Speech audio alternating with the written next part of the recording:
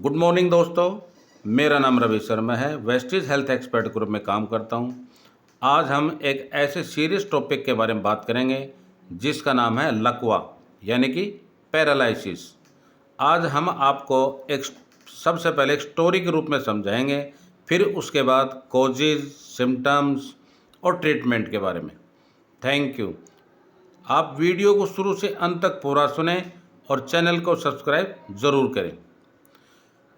दोस्तों, कल्पना कीजिए कि आप एक दिन सुबह उठते हैं और अचानक आपके शरीर का आधा हिस्सा काम करना बंद कर देता है। आप सोचते हैं कि ये नींद में अकड़न है, लेकिन कुछ मिनटों बाद एहसास होता है ये कोई आम थकावट नहीं है, ये कुछ और है, शायद लकवा यानी कि पैरालिसिस। इस मोमेंट से आपकी दुनिया बदल जाती है।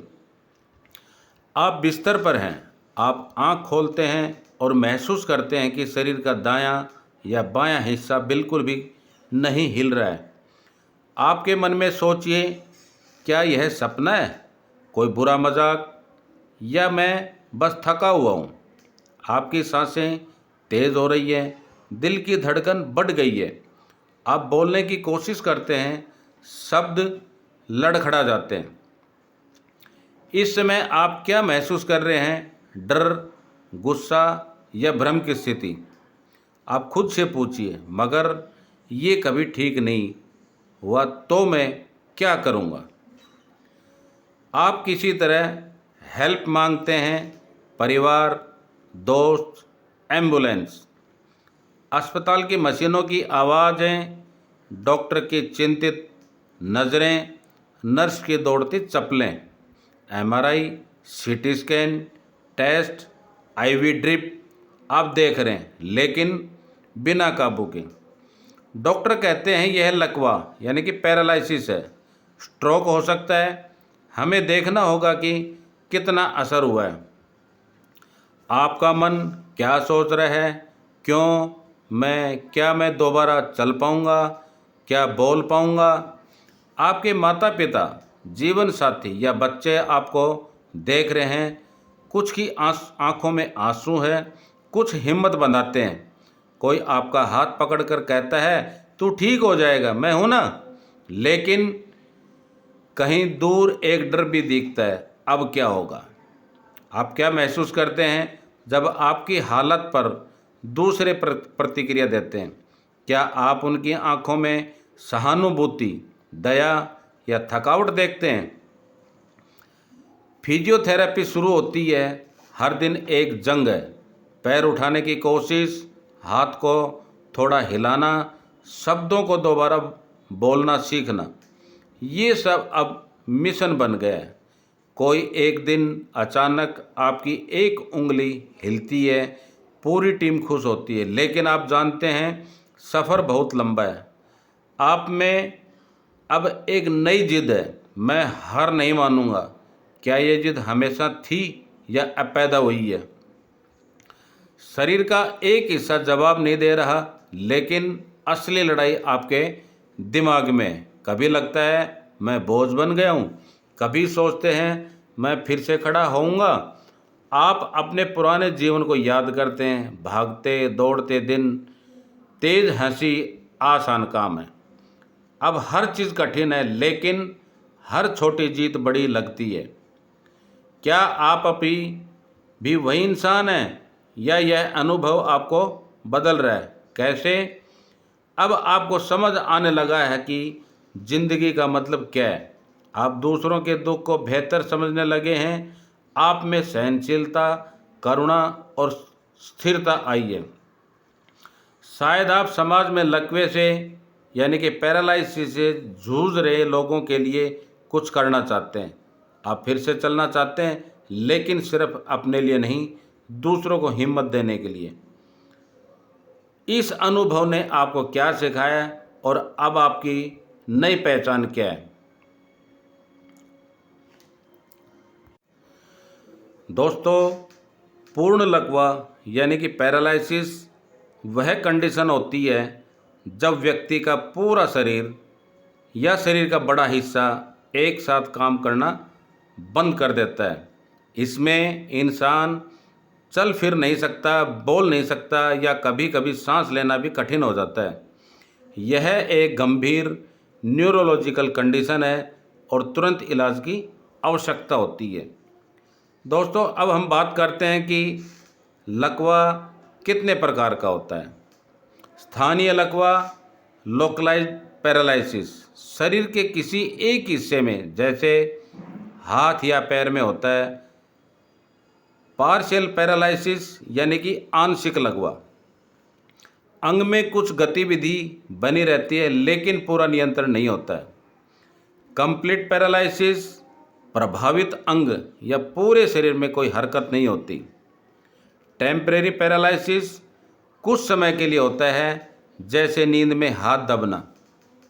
परमानेंट पैरालिसिस होता है जब ठीक होने की संभावना बहुत कम होती है। सेंट्रल या पेरिफेरल लकवा मस्तिष्क या रीढ़ की हड्डी से जुड़ा हुआ होता है, नसों से जुड़ा हुआ लकवा होता है। स्ट्रोक, जब मस्तिष्क में ब्लड का सर्कुलेशन रुक जाता है या फट जाता है। स्पाइनल कॉर्ड इंजरी, रीढ़ की हड्डी में चोट से संपूर्ण लकवा, शरीर का लकवा ग्रस्त हो सकता है। गुलेनबेर सिंड्रोम, एक ऑटो इम्यून बीमारी जिसमें शरीर की नसें अफेक्ट होती हैं। ब्रेन ट्यूमर या माइंड में इन्फेक्शन, सिर की चोट, न्यूरोलॉजिकल रोग जैसे अमाइटोट्रोफिक लेटरल स्क्लेरोसिस, स्नायु और तंत्रिका की ये बीमारियां। अगर हम इसके सिम्टम्स के बारे में बात करें, आप कल्पना कीजिए कि आप एक सामान्य दिन की शुरुआत कर रहे हैं लेकिन कुछ अजीब सा हो रहा है। आपके शरीर में एक अजीब सुन्नापन, एक हल्की झुनझुनी और फिर कुछ ऐसा जो आपने कभी नहीं सोचा था।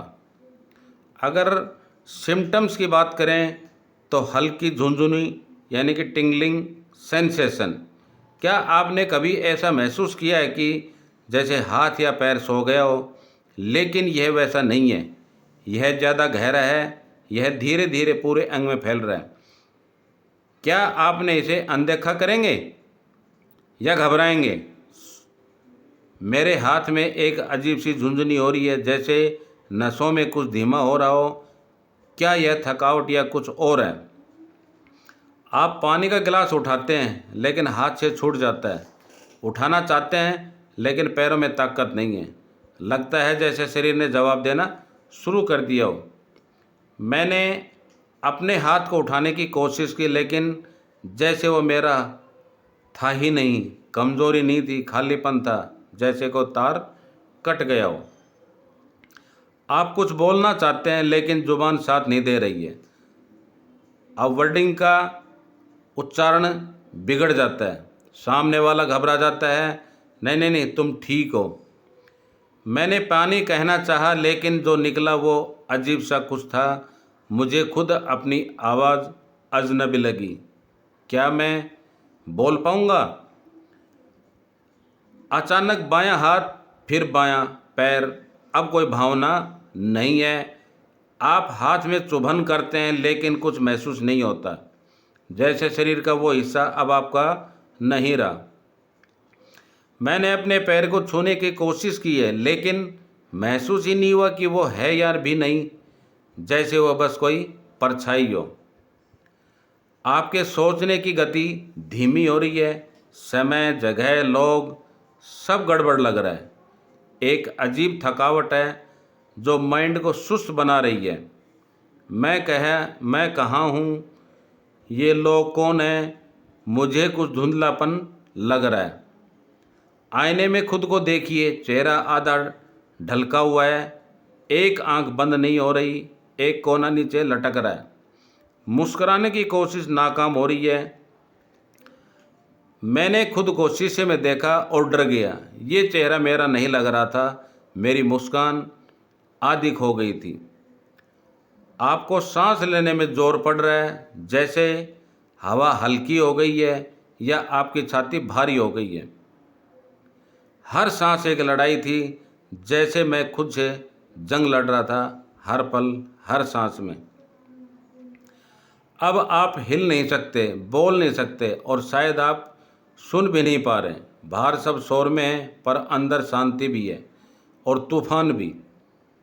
मैं जिंदा हूँ, मैं सुन सकता हूँ लेकिन कह नहीं सकता। क्या कोई समझेगा कि मैं अंदर से चिल्ला रहा हूँ? क्या मैं अब भी वही इंसान हूँ जो कुछ घंटे पहले था? क्या मेरे शरीर की चुप्पी मेरी आत्मा की आवाज़ को दबा सकती है? दोस्तों, इस अनुभव में आपकी सोच को कैसे बदला? अगर आप ठीक हो गए तो जीवन को कैसे देखेंगे? अगर आप किसी को इस कंडीशन में देखें तो आप कैसे मदद करेंगे? दोस्तों, हम बात कर रहे हैं हॉस्पिटल के डॉक्टर्स के बारे में कि इसका डायग्नोज कैसे करें। आप इमरजेंसी वार्ड में बिस्तर पर लेटे हुए घबराए हुए हैं। डॉक्टर्स लोग आते हैं और आपसे सवाल पूछते हैं। क्या आप मुस्कुरा सकते हैं? आप ऊपर हाथ उठा सकते हैं? क्या आप बोल सकते हैं? नर्स आकर आपका ब्लड प्रेशर लेती है, चेक करती है।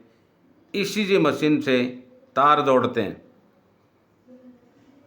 अगर हम टेस्ट के बारे में बात करें तो सीटी स्कैन, माइंड में कोई ब्लड का थक्का यानी कि क्लॉट तो नहीं है। अगर हम एमआरआई मशीन्स के बारे में बात करें तो वेन्स और बैकबोन की फ़ोटो लेती है। Blood test, infection, diabetes, cholesterol आदि की जांच की जाती है। एनसीएस यानी कि नर्व कंडक्शन स्टडी, आपकी नसें संदेश भेज रही हैं या नहीं भेज रही हैं। ईएमजी, इलेक्ट्रोमायोग्राफी, मसल्स कितनी सक्रिय हैं। लुम्बर पंक्चर, मस्तिष्क मेरु यानी कि बैकबोन, इसकी लिक्विड की जांच करता है। सोचिए आप, क्या आप हर टेस्ट में आशा की एक किरण लेकर जा रहे हैं या हर मशीन के शोर में आपको डर और अकेलापन महसूस हो रहा है? डॉक्टर्स कहते हैं कि रिपोर्ट आने में थोड़ा वक्त लगेगा। आप बेड पर लेटे हैं, आसपास और मरीज हैं। कुछ ठीक हो रहे हैं, कुछ बिगड़ रहे हैं। पास में परिवार बैठा है, कुछ लोग फ़ोन पर जानकारी दे रहे हैं, कुछ बस चुप बैठे हैं। इस चुप्पी में मुझे सबसे ज़्यादा आवाज़ें सुनाई दे रही थी, मेरी धड़कन, मशीनों की बीप और दिमाग में दौड़ते डर। क्या मैं अब पहले जैसा हो जाऊंगा? डॉक्टर अंदर आते हैं, रिपोर्ट हाथ में है, चेहरा गंभीर है। वो कहते हैं आपके ब्रेन में स्ट्रोक के एक लक्षण दिख रहे हैं। आपके शरीर के कुछ हिस्सों में नर्व सिग्नल नहीं जा रहे हैं। यह पैरालिसिस है। समय रुका सा जाता है, आपके आसपास के शब्द धीमे पड़ जाते हैं। आप कुछ कहना चाहते हैं लेकिन शब्द नहीं मिलते। अब जब सच सामने है तो आप क्या महसूस करते हैं? डर, शर्म, गुस्सा या कोई जिद? क्या आप सोचते हैं अब मेरा क्या होगा या मैं इससे लड़ूंगा? कुछ लोग डरते हैं, कुछ कहते हैं भगवान सब ठीक करेगा, कुछ दया से देखते हैं, कुछ व्यवहारिक होकर इलाज की योजना बनाते हैं। फिजियोथेरेपी, दवाएं, वॉकर, व्हीलचेयर, एक नई जिंदगी का रास्ता बनाया जाता है। अब आप सीख रहे हैं चलना दोबारा, बोलना फिर से, जीना नए ढंग से। अब हम अगर इसके रिफ्लेक्शन के बारे में बात करें, जब किसी को अपनी बीमारी का पता चलता है तो क्या सबसे पहले डर जरूरी या साहस? क्या बीमारी हमारी पहचान बदल देती है? अगर आप उस व्यक्ति की जगह होते तो आप क्या करते? क्या समाज वास्तव में तैयार है लकवाग्रस्त लोगों को बराबरी से देखने के लिए?